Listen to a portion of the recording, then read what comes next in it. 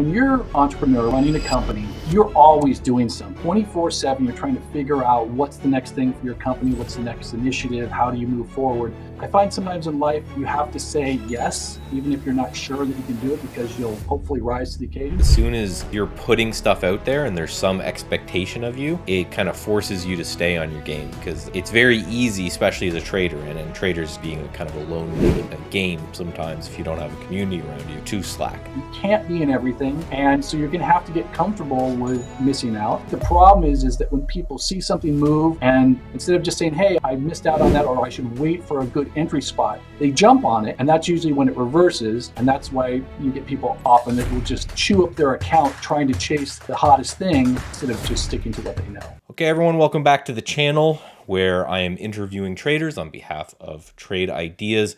I'm really excited for this one. I'm not going to gush too much, but we have Brian Lund, who I am a massive fan of. I've mentioned a few times, we've bumped into on Spaces. I didn't even tell him this in the green room before we got started, but we're going to talk a bit about, he wrote one Substack that actually brought a tear to my eye. So we'll chat about that after you're done introducing yourself. But I love his Substack over at the Lund Loop. So I'm excited to get his view on the market and how he likes to approach trading. So Brian, just tell the folks a little bit about yourself. I think you set the bar a little too high here, Michael. I don't know if I can get up there before the interview's over.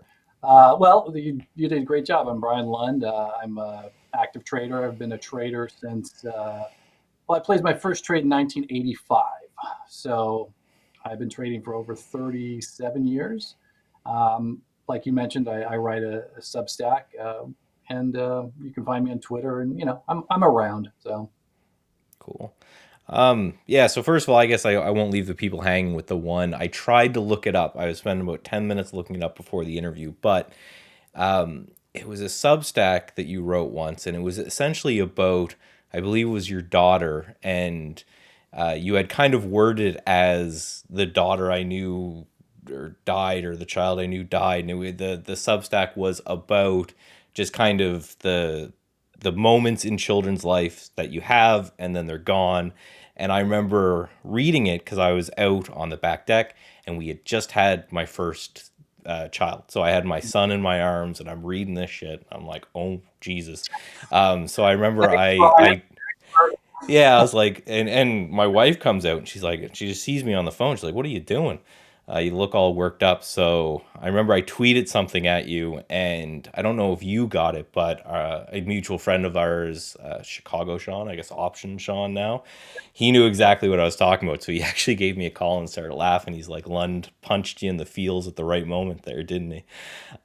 Yeah, so it's great. I love the that it's kind of a good cross-section of, here's some charts like everyone else does. But again, I really like the writing you do, and I think a lot of it's just kind of jealousy, because I stand up here and talk, but I can't write worth a damn. So before we get into all the trading nonsense, how and why did you start writing? Was it a way for your own trading, or was it something that you wanted to kind of turn into a service immediately, or what was the story behind that?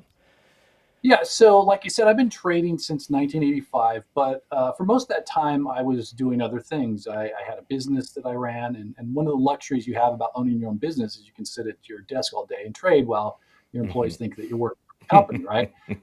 So I did that for a number of years, and then in 2005, I decided to sell my company and trade full time. And it was a really rough transition, because when you're an entrepreneur, when you're running a company, you're always doing something, right? 24/7, you're trying to figure out what's the next thing for your company, what's the next initiative, how do you move forward? And so I took that frenetic mindset, that pace, into trading, right? So I sold my company. Final Friday, I was there.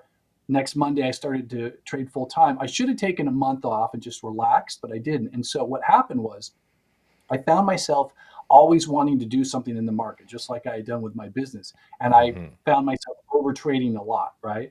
So after about 2 years, in about 2007, I finally figured it out. And I said, you know what? There's a lot of times in the market when you need to be doing nothing. So what am I going to do during those times? And so I said, well, why not start a blog? So I started an anonymous WordPress blog, just started really talking to myself, just putting on digital paper what I did today, what my trade thought was, how it worked out, not really with any intent to get an audience. And people actually found it. They started asking me questions. And so I would kind of expand on different topics. And then after a year or two of writing and also expanding into like some personal topics, like you mentioned, I got a call out of the blue from Phil Pearlman, who at that time was the head of the StockTwits blog network. Still don't know how he got my number to this day. And he said, "Hey, this is Phil Pearlman from StockTwits." He said, "Bubba, I love your writing. I love your voice. Would you like to join the StockTwits blog network?" And at that time, Howard Lindzen was writing on it, James Yep. Altucher was writing on it, Josh Brown was writing on it, Brian Hmm. Shannon. And in my head, I said, there's no way, like, there's no way I belong anywhere close to any of those guys because I love all their writing. But I find sometimes in life you have to say yes, even if you're not sure that you can do it, because you'll hopefully rise to the occasion. So I did. Long story short, people started finding my writing. I wrote for Ticker Tape, TD Ameritrade's Ticker Tape for a while, Okay. Yeah. Yahoo Finance, Daily Finance, and it just kind of evolved from there. Yeah, and that's awesome. So yeah, Phil Pearlman, great respect for him. How he got your number? I've met Phil last time. Last time I met Phil was at Brian's book signing in New York, Okay. and I think that was the first time I met Phil in person. And he just seems like a guy that if he wants to get something like your phone number, you're not gonna stop him. I would not want to get on Phil's bad side because he'd find you. He just seems like that kind of personality that'll track you That's an down. accurate description. Yep, Yeah. 100%. So it's funny because I I like that you always come at something like this is something I'm doing for myself, and then other people stumble across that because I found that in other people, and I also found that a little bit in myself. I started with the reason I have this relationship now with Trade is I just started a YouTube channel, and it was for the exact same reason. I didn't own a company; I worked at a company that was bought out. So they said, "Here's a little bit of money, away you go," and I said, "Okay, well, I've been trading on the side and doing well on that, so now I'll just trade full time, and I'll be able to make more trades and therefore more money."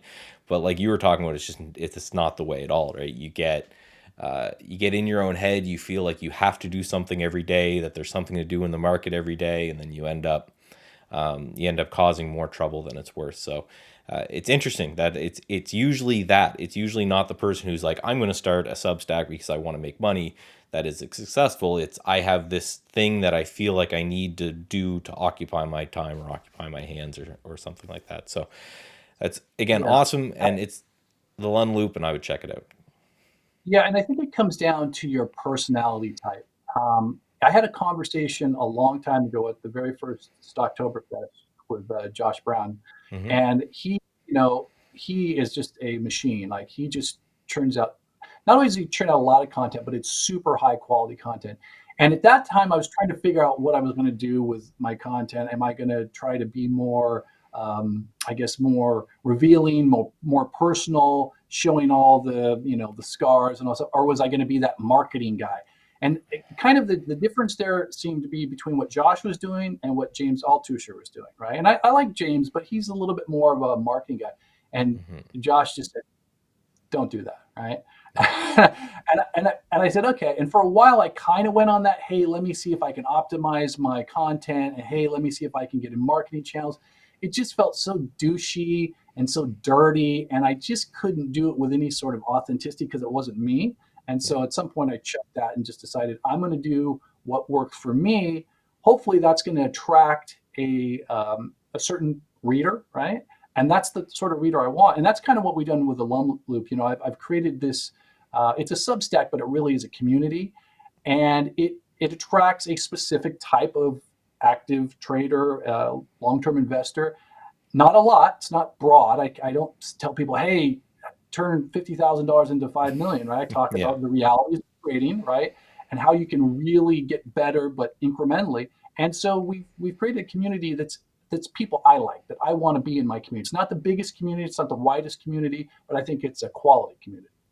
Yeah, and again, I think that's just super important is to getting the clients that you like because it would be a miserable time to log in every day and to be talking with people, and they all have that expectation of, hey, I'm here and you haven't made a call, how do I make $1 billion of whatever?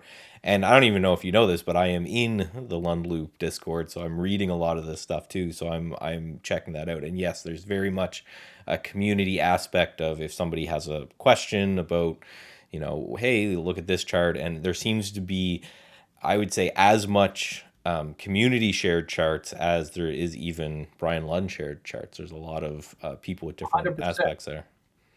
Yeah, in fact, that's how I prefer it because I don't have a monopoly on insights in the market, and I've got two eyes, and we've got Hmm. about 400 people in the Discord. Maybe 150 to 200 at a given time. That's 300 to 400 eyeballs that are watching different aspects of the market.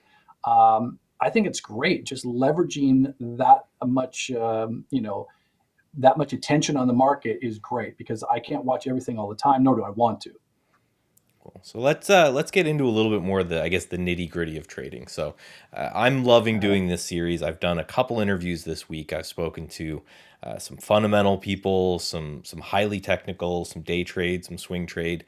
I already know a lot of this, but will you tell the people a little bit about your time frame and your style? So what is it that you're looking to get out of the market, and what time frame did you decide to try to get that out of the market, and how, I guess?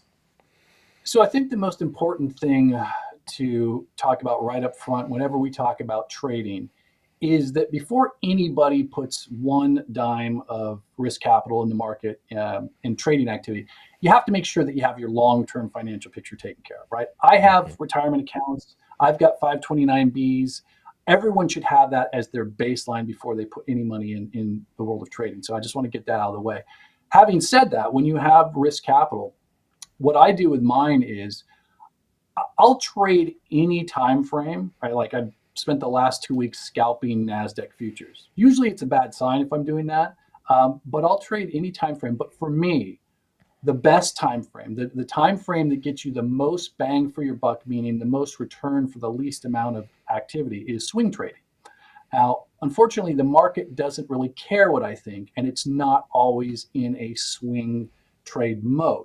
But that is what I would prefer to do. And that's something from like 3 days to 3 weeks, give or Okay. take. Yeah. Um, I will day trade if that's the market environment. But I'll be honest, the older I get, the less interested I am in those short term trading activities because they Mhm. just trading is somewhat of a young man or young woman's game, and I do have a life. I've got kids. I've got other things I want to do, and again, that swing trading is a great balance of being able to get a nice return on your positions, but not having to sit there and watch every single tick. Yeah, and I'm with you there. I'm a swing trader myself, and it was funny. That was kind of the same answer that when we were talking to Brian Shannon, he talked about the same thing.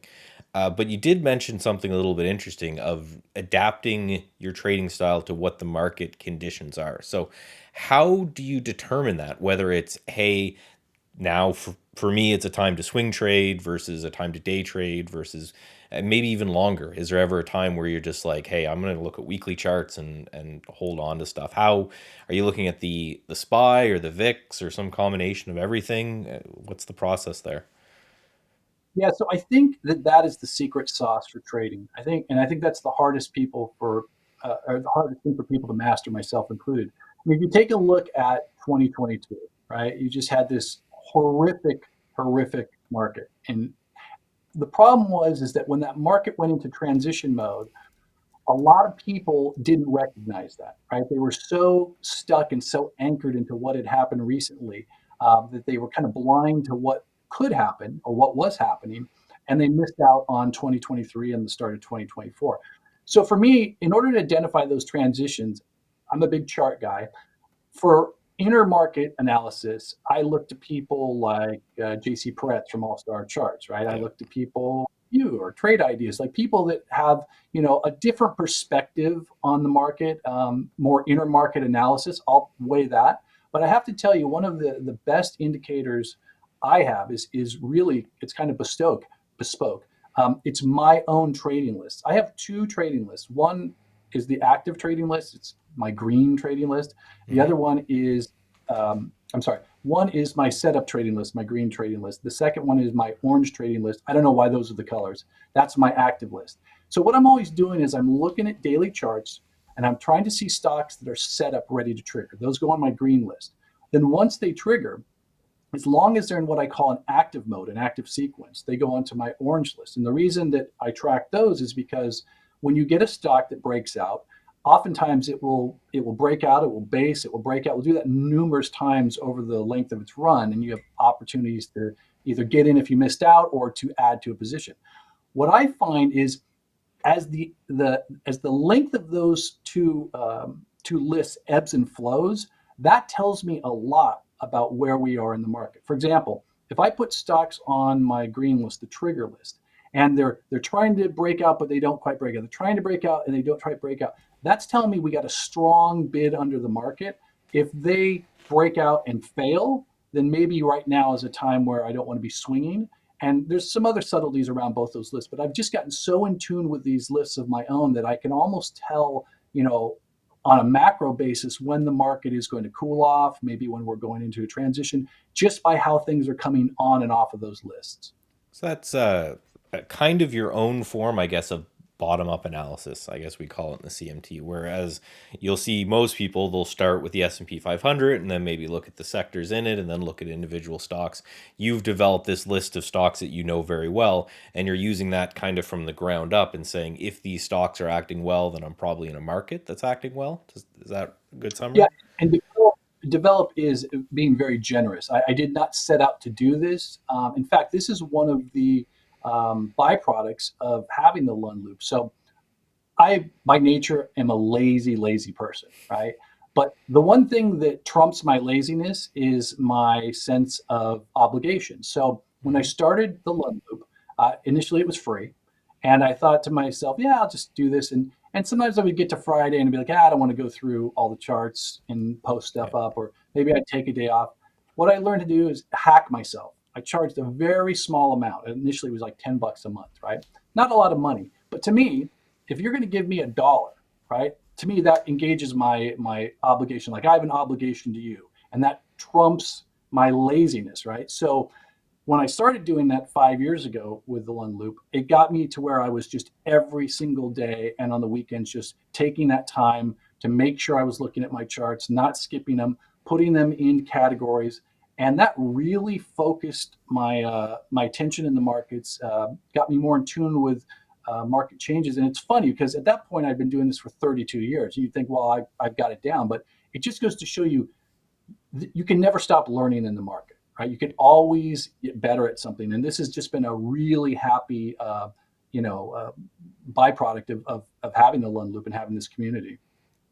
And I love that. And I think I've heard JC say the same thing, where as soon as you're putting stuff out there and there's some expectation of you, it kind of forces you to stay on your game, because that makes a lot of sense. Where you, it's very easy, especially as a trader, and traders, being a kind of a lonely game sometimes if you don't have a community around you, to slack, to say, I'm just not going to do anything today, or I'm not going to catch up, or I'm not going to write on my journal or record my trades. But so I guess accountability for, like they say, for weight loss goals, sometimes that makes sense, right? You tell people, hey, I'm going to lose X amount of weight in X amount of days, and then that forces you to, every time you see that person, they're going to be judging.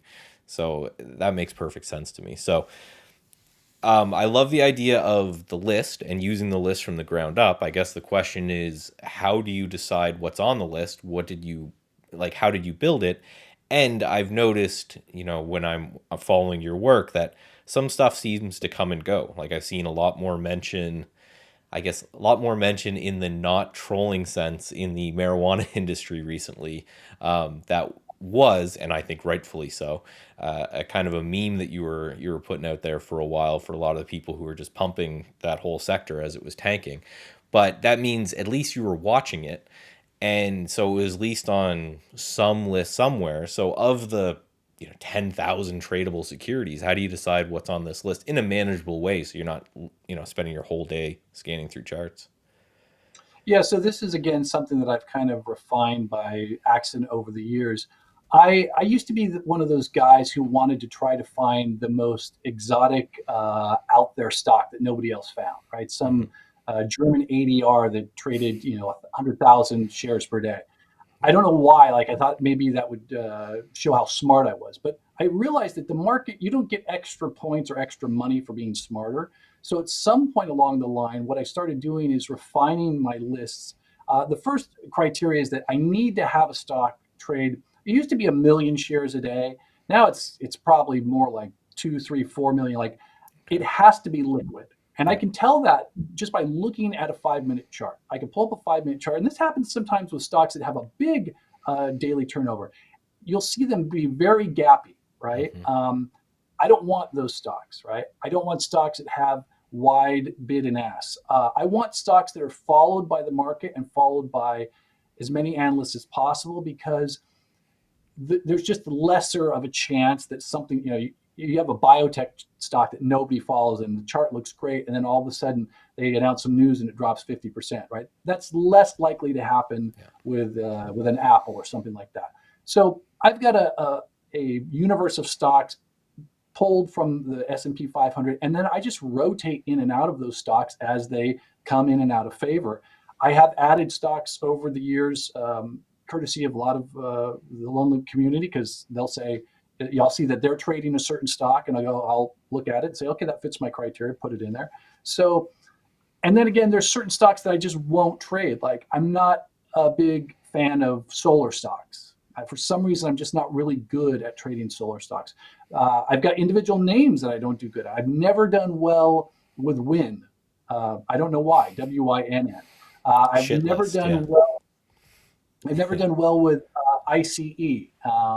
So I just, for me, it's all about being comfortable with the names, and you can never really know them. Like I don't want to delude myself and say, oh, I know what Apple's going to do, but you do get a sense of how they move and how they trade, and so I'm just totally happy being in those boring stocks over and over as long as I'm making money.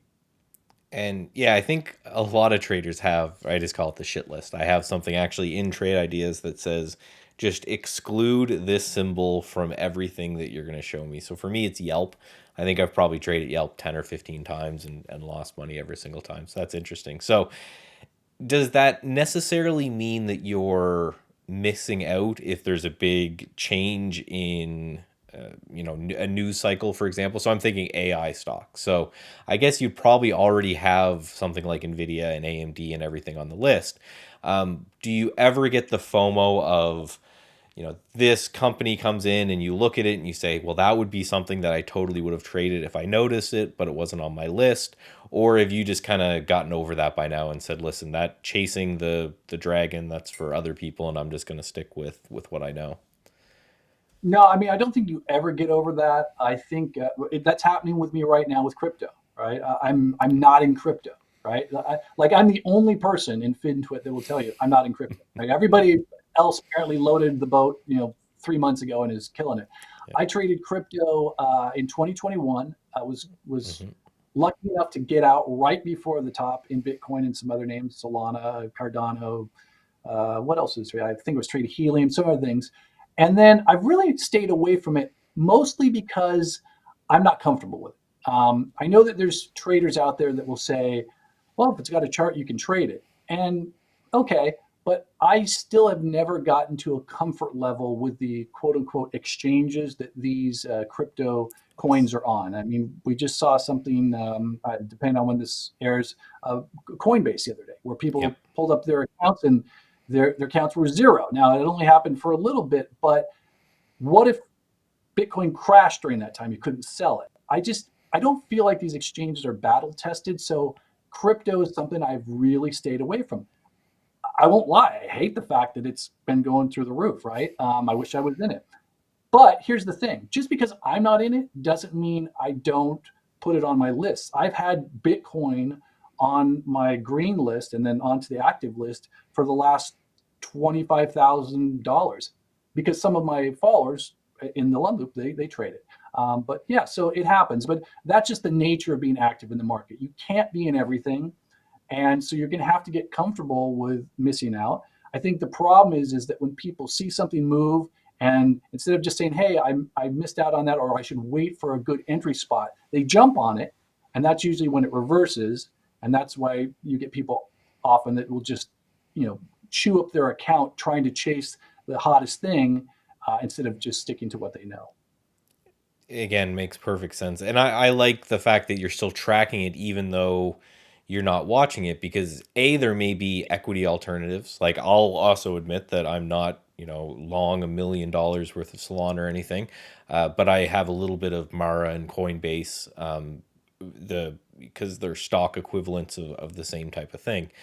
The I think that you can also track these things as almost like a risk tool. Like, I kind of look at Bitcoin. I don't get a lot of the utility or whatever behind it either, but I've noticed that it seems to track very well as a risk on, risk off indicator. I think if the market is in a lot of pain and people are worried about their jobs and everything, that you're not going to see Bitcoin ripping as it is. So there are reasons to monitor securities even if you're not going to trade them. I think that makes perfect sense.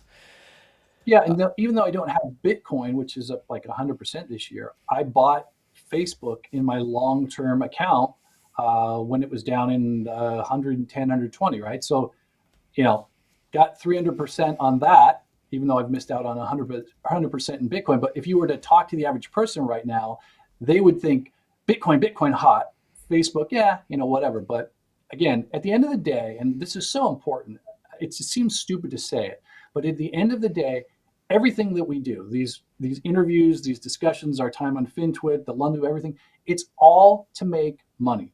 That's Hmm. it. It's not to show how smart you are. It's not to express a political opinion. It is to make money. And ideally, it is to make money to have a better life for yourself, your family.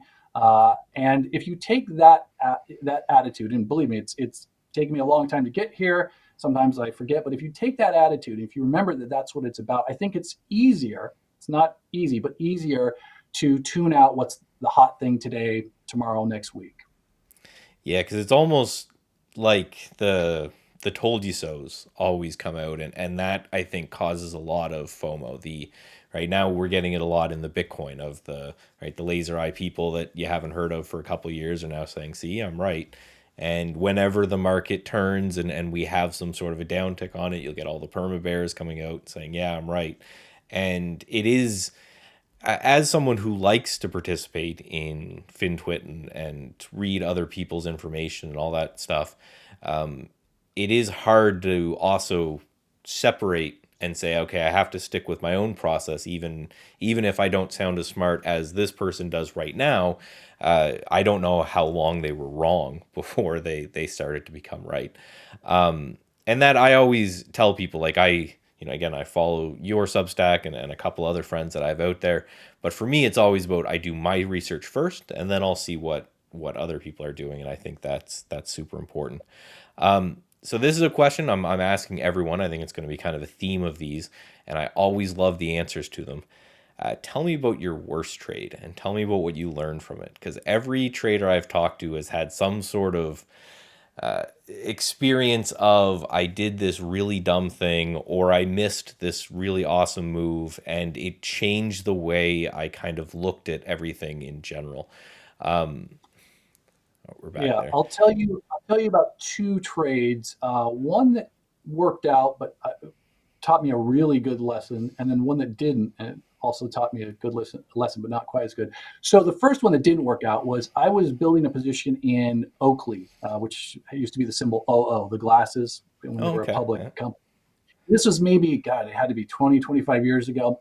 Building a position, and I remember I can count on my on one hand the number of times I haven't been awake when the market opened. Now I'm on the West Coast, so 6:30 in the morning it's open, but usually I'm at my desk at that point. For some reason, I slept in that day, and I didn't put a stop in on my position. Right, so I woke up, found out that there was some news, fundamental news didn't matter. Oakley dropped, and first of all, I would have been stopped out if I had put a stop in place. If I was awake and at my desk, I would have gotten out of the position. But what was worse is I sat there and rationalized what the fundamental information was, even though price was moving against me. Hmm. Ended up holding on to this position for maybe 6, 12 months while it continued to go down.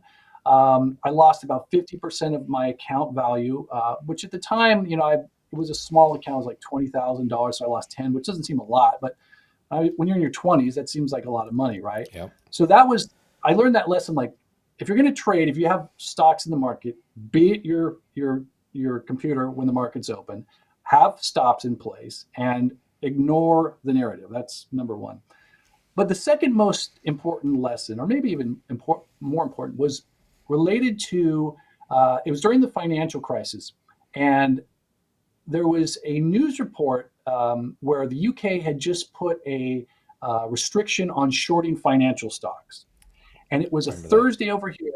And I remember thinking to myself, hey, what if we do that here? What if they do that here? I'll bet you financials go through the roof. So I thought I would buy some calls in ICE. ICE was trading at like 123 ish, 123 and a half. I bought some 125 calls for maybe 50 cents. It was going to expire tomorrow, so they were really cheap. They're lottos. And I woke up the next morning, and sure enough, they had actually put this restriction out in the U.S. markets about financial stocks, and all of them were rocketing to the sky. And of course, I look in pre-market, ICE is like 135, and I'm thinking, I'm going to coin money here, right?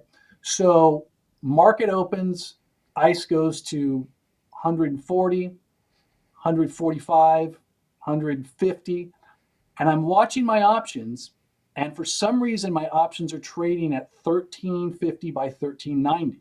Now it doesn't make any sense. I'm thinking to myself, I've got like $25 worth of profit in there. They should be at least 25 bucks, if not more. 155 on ICE, right? Remember, these are 125 calls. Hmm. And again, still trading at 1350 by 1390. And I'm sitting there thinking, okay, just close them out. And then the other part of me is saying, are you crazy? You've got like another, 15, 16 points of profit that it's owed to you. And I sat there and I sat there and I sat there. And finally I said, forget it. And I hit the bid and I closed them out. Well, what I found out later in the day was that the market makers in the option pits, because they were not allowed to short these stocks, they couldn't lay off their risk. And they just walked back from the market. They said, we're not making a market anymore. And so ICE ended up coming all the way back down. 1390 was the highest price it ever hit. And by the end of the day, it actually ended up, I think it was actually like $1.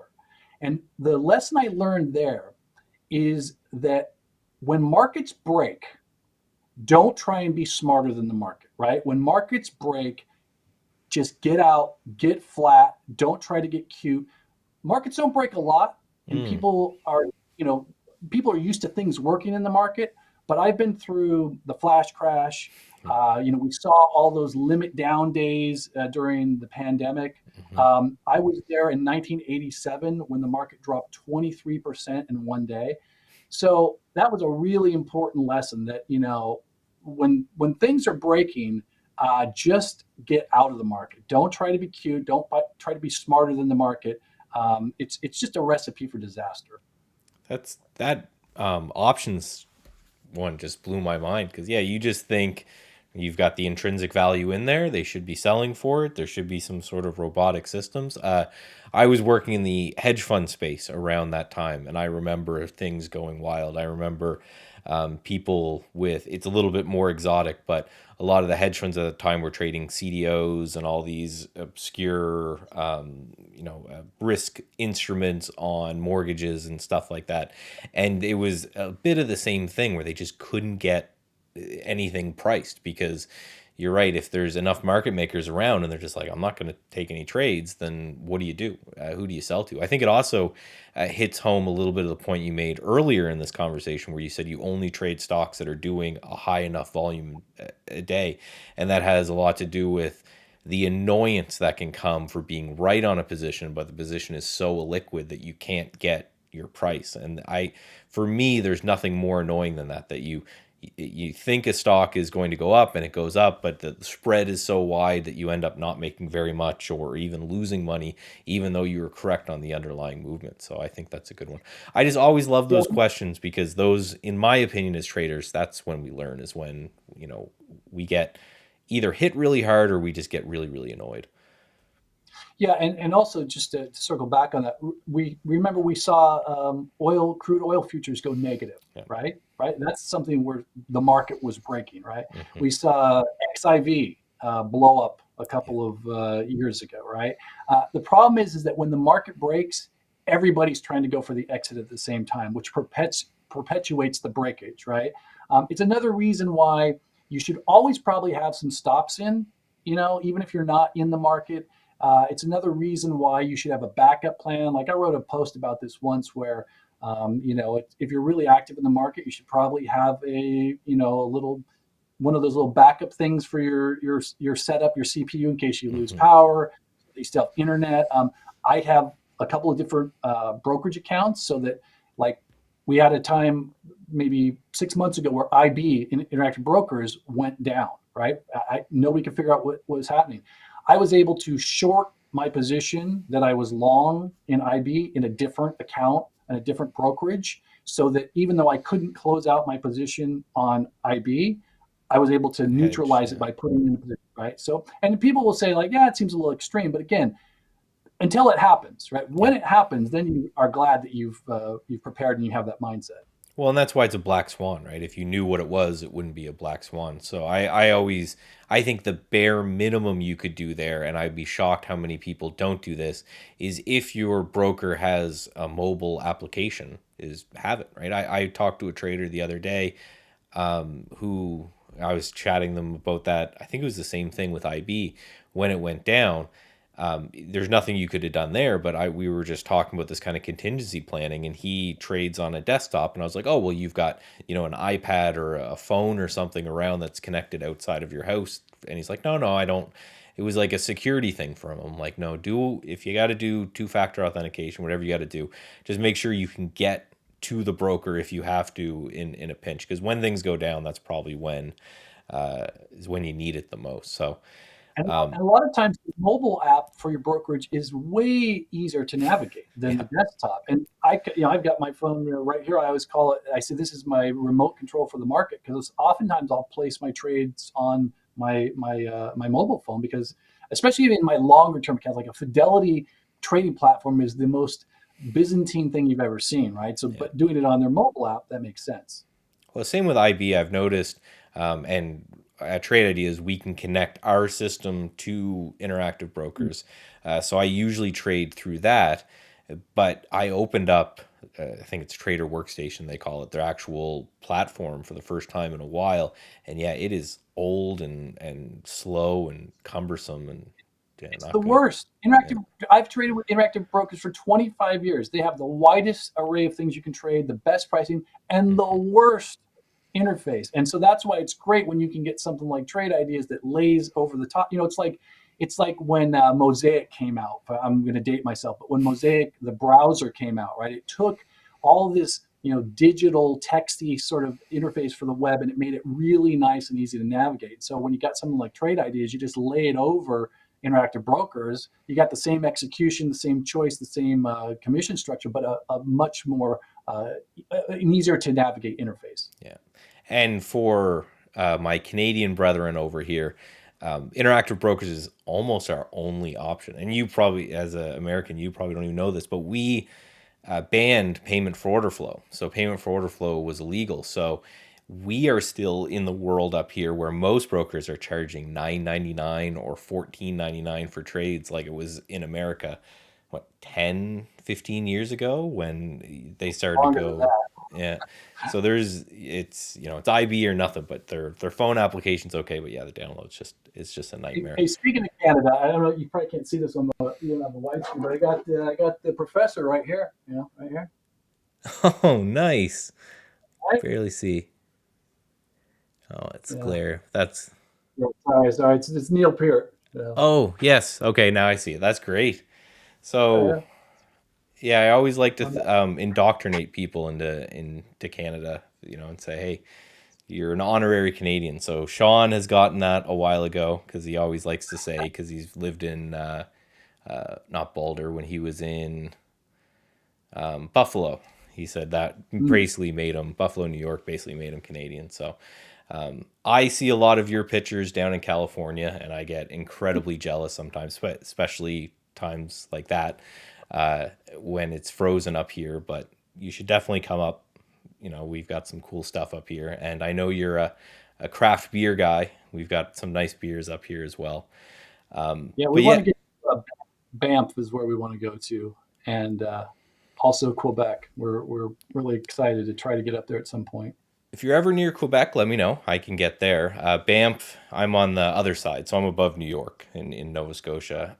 Banff is absolutely amazing, and you 100% have to go. I was there couple of years ago and hanging out on like a glacial lake where it's the top of a mountain and everything's melted and it's just this lake out of nowhere that's got nothing in it and it's completely clean and clear. And for someone who lives by the water, California I guess has both water and mountains, but the whole Banff thing, the mountains there are absolutely beautiful. And then Montreal, if you can get up to Quebec, old Montreal is absolutely amazing. That's actually, again, Sean's getting a lot of shout outs here. That's the last time I hung out with Sean in person.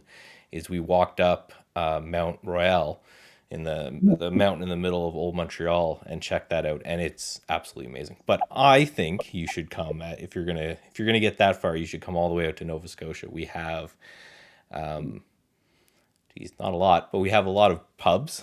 We have it's a very it's the maritime kind of style and philosophy where everything's a lot of fishermen's and lobster and all that kind of stuff. If you're in for that, Sounds great. awesome. Well, thank you, Brian. I don't want to take up the rest of your day. I think this was great. I loved having you on. I love having these conversations. Make sure you're going to thelundloop.com and you're checking that out, and check out BC Lund on Twitter, which has been below you there the whole time. Do you have anything to leave the folks with before we go? No, I mean, we would love to have you as part of the Lund Loop community with one codicil: no a-holes allowed, right? And this is important, Perfect. right? Because BinTwit is just a toxic sewer, and part of Yeah. the reason that I created this community is like I don't want people like that. And unfortunately, the Lund Loop community is great. I've only had to kick one person out in 2 years, but Wow. we would love to have you if you're interested in taking your trading and your investing to the next level. Yeah, and I can personally vouch for that. I would definitely go check it out. Thank you very much for coming by, Brian. I hope to have you back soon. Thanks for having me.